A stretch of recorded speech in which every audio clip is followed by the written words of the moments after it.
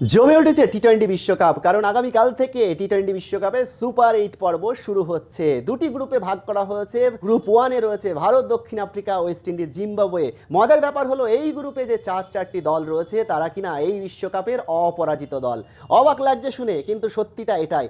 কারণ জিম্বাবুয়ে যেরকম পারফরমেন্স করেছে চলতি বিশ্বকাপে, অপরাজিত দল থেকে সুপার 8-এ চলে গিয়েছে। পাশাপাশি ওয়েস্ট ইন্ডিজও তাই, তাদের আহামরি পারফরমেন্স কিছুই ছিল না বিশ্বকাপের আগে। ওয়েস্ট ইন্ডিজও বেশিরভাগ ম্যাচ ইডেন গার্ডেন্সে খেলেছে, ওয়াংখেড়েতে খেলেছে, কিন্তু তারপরেও তাদের পারফরমেন্স একেবারে চমকপ্রদ বললেও কম বলা হবে। কারণ ওয়েস্ট ইন্ডিজকে দেখেছিলাম এবার ইংল্যান্ডকে হারিয়ে দিয়েছে। পাশাপাশি জিম্বাবুয়ের দিকে যদি নজর রাখি, তারাও কিনা এই বিশ্বকাপে অস্ট্রেলিয়ার মতো চ্যাম্পিয়ন দলকে হারিয়েছে, শ্রীলঙ্কার মতো দলকে হারিয়েছে, তাও আবার তাদের দেশের মাটিতে। সিকান্দার রাজাদের পারফরমেন্স নিয়ে অনেকে প্রশংসা করতে শুরু করেছেন। তাহলে কি সুপার 8-এও এরকম অঘটন ঘটাতে দেখব?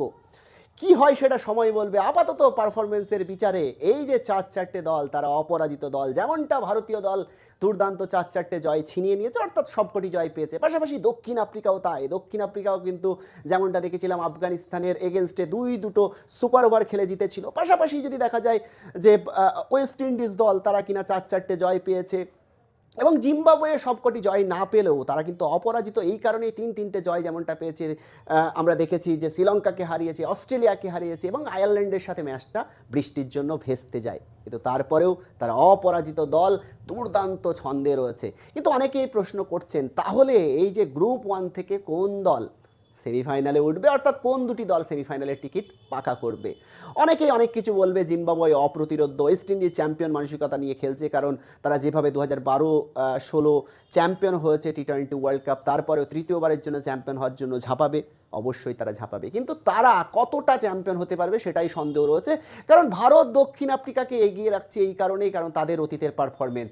গত বিশ্বকাপে দেখেছিলাম ভারত দক্ষিণ আফ্রিকা টি-20 বিশ্বকাপ খেলেছিল, অর্থাৎ ফাইনাল খেলেছিল। এবারও তারাই কিন্তু ফাইনালিস্ট হওয়ার দৌড়ে অবশ্যই রয়েছে। এবং এই গ্রুপ থেকে যদি দেখা যায় যে জিম্বাবুয়ে যেরকম ম্যাচ রয়েছে 23শে ফেব্রুয়ারি ওয়েস্ট ইন্ডিজের এগেনস্টে, ইন্ডিয়ার এগেনস্টে 26শে ফেব্রুয়ারি, দক্ষিণ আফ্রিকার 1 মার্চ, সেরকমই দক্ষিণ আফ্রিকার খেলা রয়েছে 22শে ফেব্রুয়ারি ইন্ডিয়ার সাথে, অর্থাৎ ভারতীয় দল সেদিন অভিযান শুরু করছে। ওয়েস্ট ইন্ডিজের সাথে 26শে ফেব্রুয়ারি, জিম্বাবুয়ে 1 মার্চ। ওয়েস্ট ইন্ডিজও তাই, তারা শুরু করছে 23শে ফেব্রুয়ারি থেকে জিম্বাবুয়ের এগেনস্টে, দক্ষিণ আফ্রিকার এগেনস্টে 26শে ফেব্রুয়ারি, ইন্ডিয়ার এগেনস্টে 1 মার্চ।